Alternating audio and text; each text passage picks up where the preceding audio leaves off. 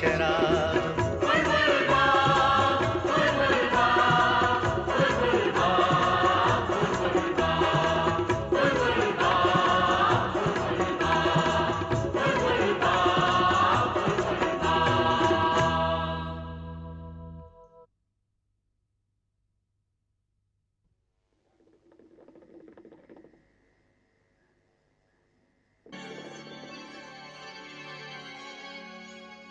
रोटी छोटी उसको कौन खिलाता है?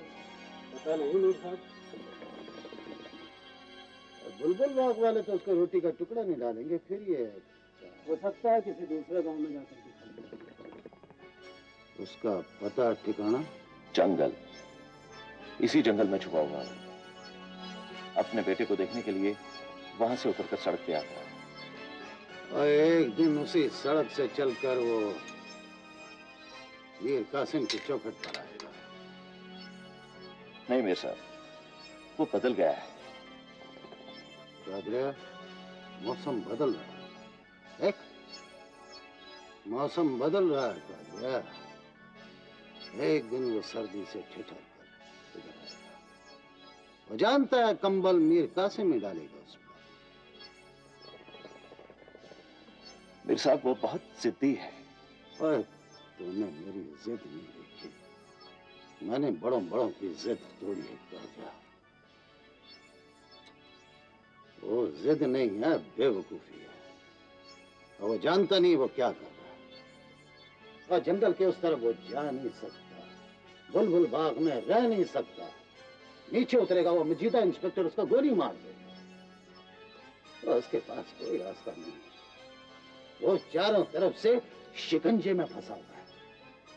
घूम फिर के उसके पास एक ही रास्ता, एक ही, मेरे पास आएगा। मुझे मालूम है मेरे पास आएगा। देखना, एक दिन वो घूम फिर के इसी चूहेदान में घुसेगा।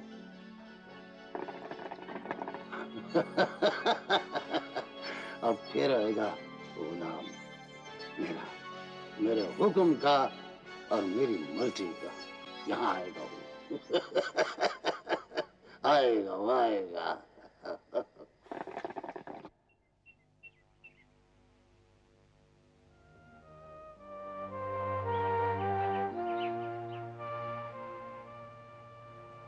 जाओ बेटा, जाओ। मैं कुछ नहीं करूंगा। सुनो,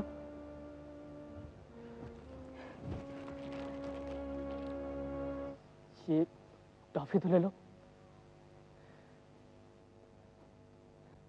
बेटा।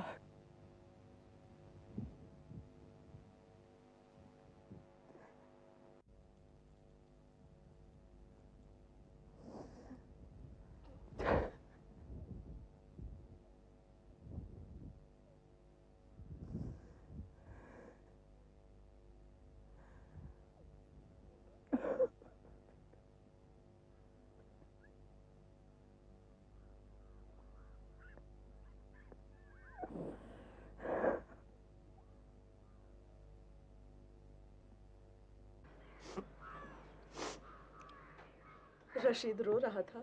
हाँ माँ, हम डरे हुए थे। उन्होंने कहा तुम जाओ, मैं तुम्हें कुछ नहीं करूँगा। तूने बात की उससे? नहीं माँ।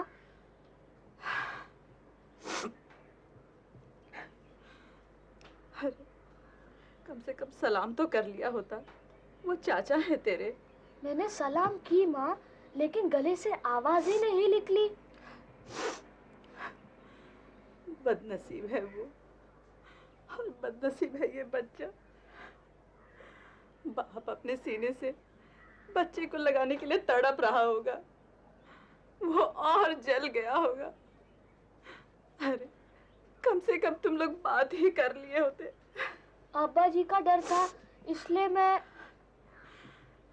सुनो, अब्बा जी से ये बात मत कहना कि रशीद सड़क पे मिला था।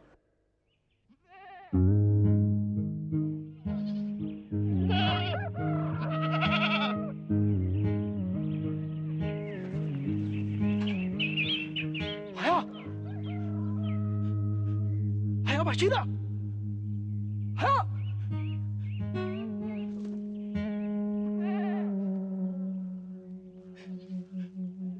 हया हया बशीरा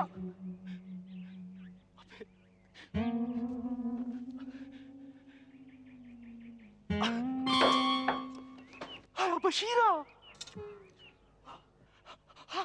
क्या है?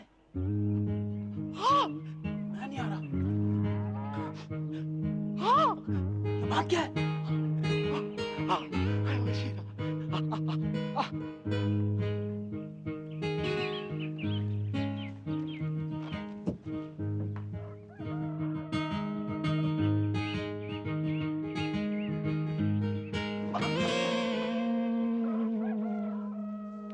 बात क्या है?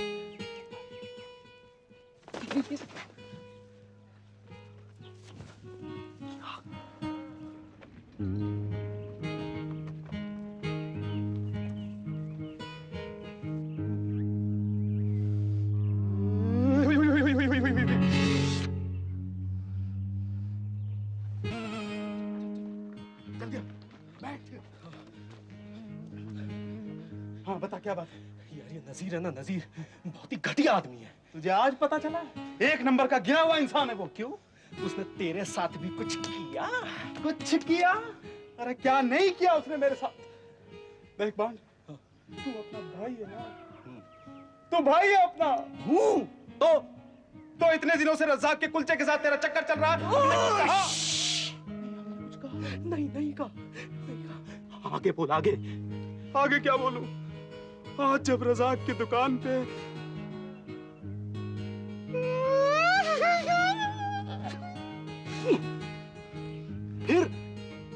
फिर क्या? देख तुझे बाप की कसम, यार किसी को बोलेगा तो नहीं। बॉन्ड पर भरोसा रख, बॉन्ड पर। मेरे भरोसे की लाज रखना मेरे भाई। ठीक है बोल।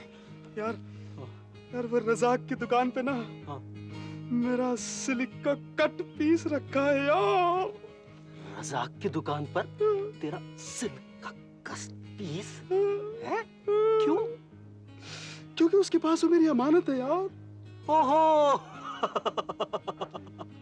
मतलब रज़ाक की दुकान पर तेरा कट पीस अमानत के तौर पर रखा है। हाय हाय, तू समझ गया, शाबाश। फिर क्या? वो हज्जाम नजीर है ना, हाँ। अमानत में खयानत करना चाहता है यार। अरे बहुत ही घटिया आदमी है वो। तू ऐसा कर, अपना कट पीस रज़ाक की दुकान से उठा ले। यही तो मुश्किल की बात है यार, मैं ऐसे नहीं उठा सकता। क्यों? जब तक रज़ाक के पास कोई मेरा पैगाम न ले जाए, वो हाँ ना कर दे, उसके साथ मेरा निकाह न हो जाए। निकाह? अबे कट पीस का निकाह से क्या ताल्लुक है?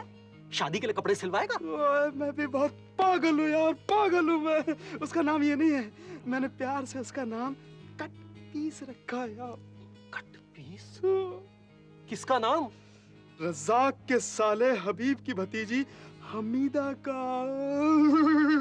अबे दाद तेरी। यार बॉन्ड, क्या? तू अपना दोस्त है कि नहीं? हूँ। तू अपना भाई है कि नहीं? हूँ। तो जा रज़ाक की दुकान पर। अगर मैं उस गली में गया तो मेरा कत्ल हो जाएगा, कत्ल। इसीलिए मैंने तुझे नजीर से बात करने के लिए यहाँ बुलाया है। अच्छा, हाँ। क्या बात क्या है? मुझे लगता है कि नजीर ने रज़ाक को मेरे खिलाफ भी भड़का दिया है। अरे नहीं नहीं, इतनी हिम्मत नहीं है उसमें। वैसे गिरा हुआ इंसान है, कुछ भी कर सकता है। अरे यकीन तो मुझे भी नहीं था, लेकिन मेरे अब्बा को उसने कहा कि महबूब के पेड़ पर मैं चढ़ा था, लेकिन तब मुझे यकीन आया कि मैं तो वाकई पेड़ पर चढ़ा था। क्या कर रहा था पेड़ पर? अबे सुन, तू नजीर के पास जा, उससे बोल कि बॉन्ड ने तुझे बुलाया है। मैं बॉन्ड की नजीर में क्या कह रहा है यार? मैं जा रहा हूँ ना यार। फिर चल जा।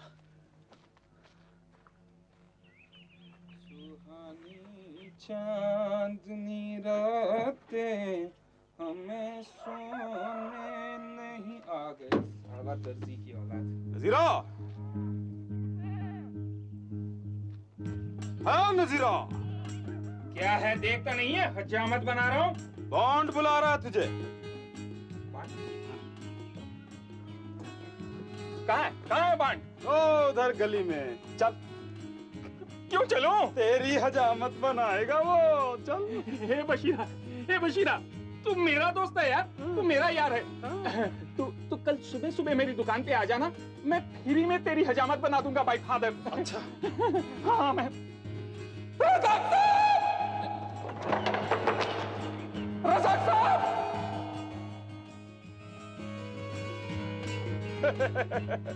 सलाम वालेकुम। कोई भी नहीं है यार। वहां भी कोई भी नहीं है यार। ठीक है बेटा, बना ले हजामत, देखना कैसी हजामत करेगा तेरी वो।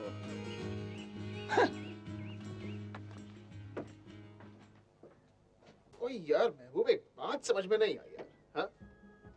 देख, नाम परवेज मलिक और बेटा मास्टर काशीनाथ का, ओए ये कैसे हो गया यार?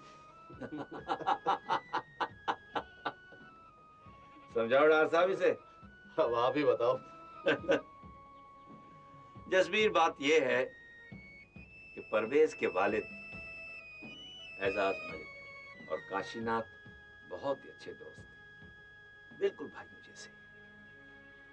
काशीनाथ की पत्नी की ऐन जवानी में ही मौत हो गई। कैंसर की पेशेंट थी और कोई औलाद नहीं छोड़ रही थी।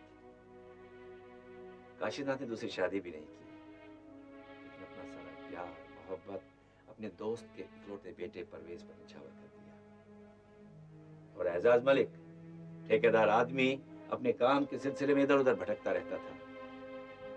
अचानक परवेज की माँ की तबीयत खराब हुई और एजाज ने परवेज को काशीनाथ के पास छोड़ दिया और उसकी माँ को इलाज के लिए शहर ले जा रहा था कि रास्ते में एक्सीडेंट हो गया। मौसम खराब था, सड़क रह गई और दोनों का इंतकाल वहीं हुआ। 4 दिनों के बाद उनकी लाशें मिली। ओए, बड़ा जुल्म हुआ बच्चे पर। सब परवरदिगार की मर्जी, लेकिन काशीनाथ ने उस मासूम को सीने से लगाकर वो सारा प्यार दिया जो हर माँ बाप का फर्ज होता है। ओए बल्ले बल्ले, ये हुई ना बात। मतलब कि काशीनाथ ने अपनी दोस्ती निभाई। हाँ हाँ, परवेज की जिंदगी में सिर्फ एक बदलाव आया। वो काशीनाथ को बाबा के बजाय बाबा कहने लगा। काशीनाथ की आंखों का तारा बन गया। काशीनाथ ने भी दिन रात मेहनत करके उसे खूब पढ़ाया लिखाया और 10 साल पहले जब यहाँ हालात खराब होने लगे तो उसे अमेरिका भेज दिया ताकि पढ़ लिख कर वो काशीनाथ का, अपने खानदान का और अपना नाम रोशन कर सके। ये तो बड़ा अच्छा हुआ जी। पर मेरी एक बात मानो डॉक्टर साहब, गलती कर दी बच्चे ने, उसको वापस आना नहीं चाहिए था।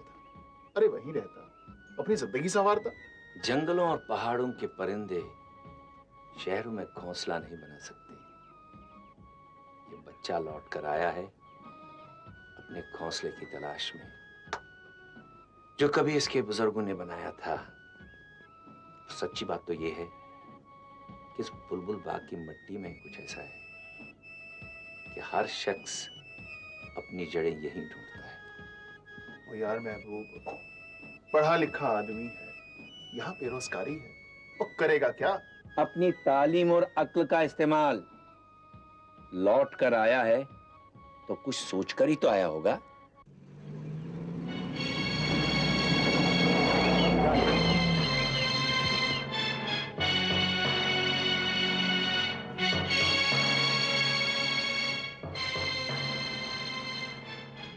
मीर साहब, यही है परवेज।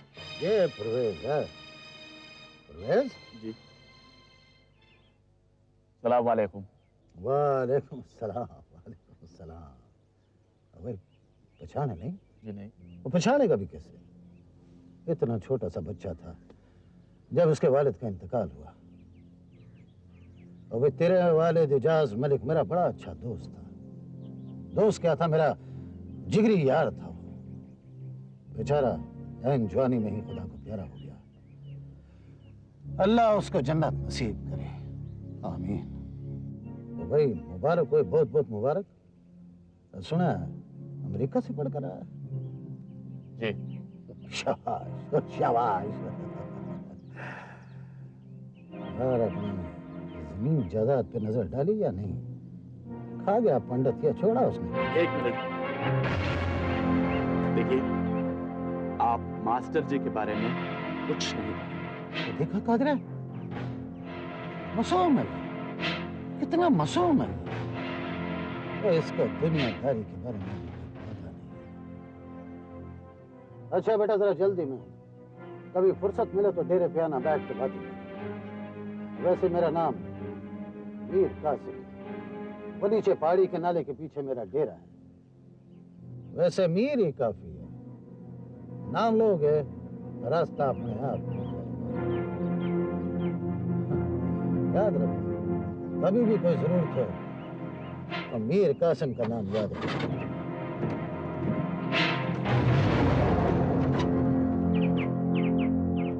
मीर कासिम।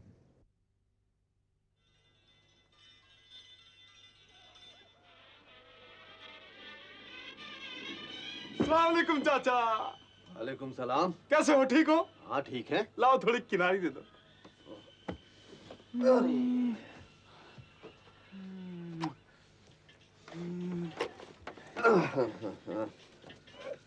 कितने मीटर चाहिए?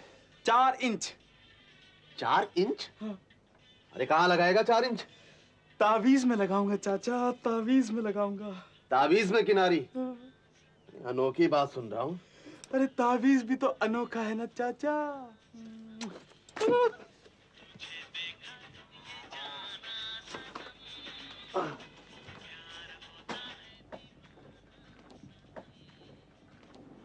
अस्सलाम वालेकुम दार साहब। सलाम वालेकुम। वालेकुम सलाम, वालेकुम सलाम। भाई नजीर, क्या बात है, आजकल बड़े चुप चुप रहते हो? सोच रहा हूँ ये दर्जी आजकल बहुत खुश दिखाई दे रहा है। हाँ भाई, महसूस तो मैंने भी किया कि वाकई बहुत खुश रहता है, मुस्कुरा मुस्कुरा कर काम करता है। सुना कहीं से तावीज लाया है। तावीज? आपको किसने कहा? अरे खुद कह रहा था कि तावीज के लिए किनारी चाहिए। तावीज के लिए किनारी? भला तावीज पर भी गोटा किनारी लगती है क्या? हैरानी तो मुझे भी हुई थी जब वो 4 इंच की किनारी खरीद कर ले गया था। 4 इंच किनारी भी ले गया? लगता किसी अच्छे पीर फकीर से लाया होगा जिसे वो एहतराम से रखना चाहता है। हो सकता है उसी तावीज की वजह से बशीरा खुश हो। हाँ, लेकिन ये अपनी दुकान से हिला कब? और ये नया पीर इसने कहाँ से ढूंढ लिया? अब मुझे क्या मालूम। मालूम करना पड़ेगा दार साहब, मालूम करना पड़ेगा। ये तावीज ये कौन से फकीर से लाया और ये तावीज लाने का मकसद क्या है? अरे मकसद तो अच्छा ही होगा, वो अपनी कामयाबी और तरक्की के लिए लाया होगा। लेकिन एक बात तो तय है, बशीरे की खुशी का राज वो करामाती ताबीज ही है। मैं चलता हूँ दार साहब, फिर आऊंगा। खुदा हाफिज। खुदा हाफिज।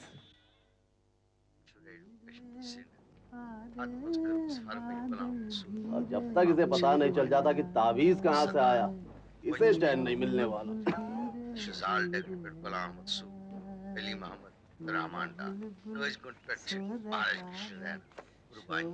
क्या बात है बशीरा, बहुत गाने गा रहा है।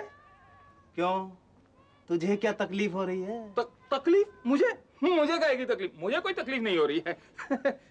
मुझे कोई तकलीफ नहीं हो रही है। कर क्या रहा है? तावीज का कवर बना रहा हूँ। अपनी कबर खोद रहा है? तो ज्यादा बोलेगा काट के कतरे ने बिखेर दूंगा तेरी। तावीज का कवर बना रहा हूँ, दिखता नहीं है? ये देख, ये देख। ये तावीज का कवर है, ये बटुआ? इतना बड़ा तावीज? अरे जितनी बड़ी मोहब्बत मेरे दोस्त, उतना बड़ा तावीज। देखेगा तावीज? हाँ हाँ दिखा। देख, दिल पे हाथ रख लिया, झटका लगेगा। ये देख, ये देख।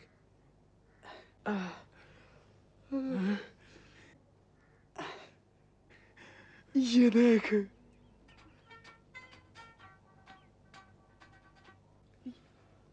ये फीता?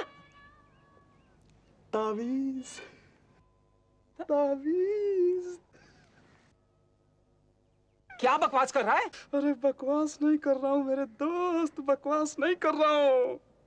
ये ले, अपने हाथों से मेरे गले में डाल दे। क्या अजीब आदमी है यार, तावीज गले में डाल लिया। तू नहीं समझेगा, तू नहीं समझेगा मेरे दोस्त। तूने कभी प्यार नहीं किया ना। अरे आशिक के लिए इससे बड़ा तावीज और क्या हो सकता है। मैंने इसी फीते से अपनी माशूका का नाप लिया था।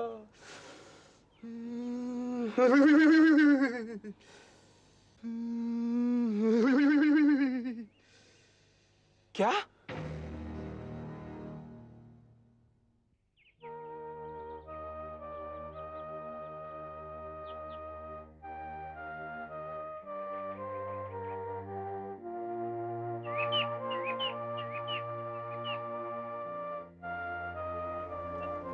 अरे जल्दी वक्त मत बिताओ, जल्दी चलो, जंगल का रास्ता है।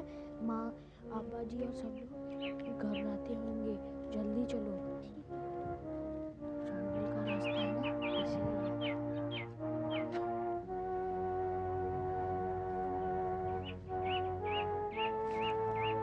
अस्सलाम वालेकुम। वालेकुम सलाम बेटा, वालेकुम सलाम। बड़े खुदा तुम दोनों को सलामत रखे। या अल्लाह, इन दोनों को मेरी उम्र लग जाए।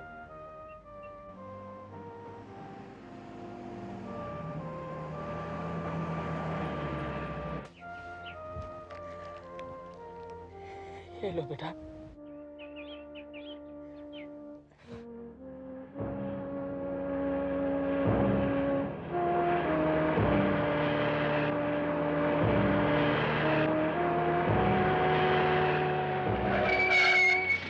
रशीदा, रशीदा रुक जा, भागना नहीं रशीदा, मेरी बात मान।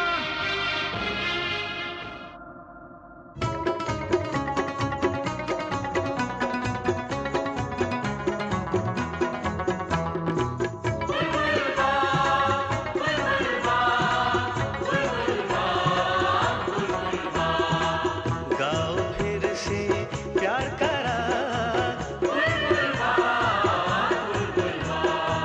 छोड़ो शिकवे लौटाओ, मिट जाएंगे दिल के दाग।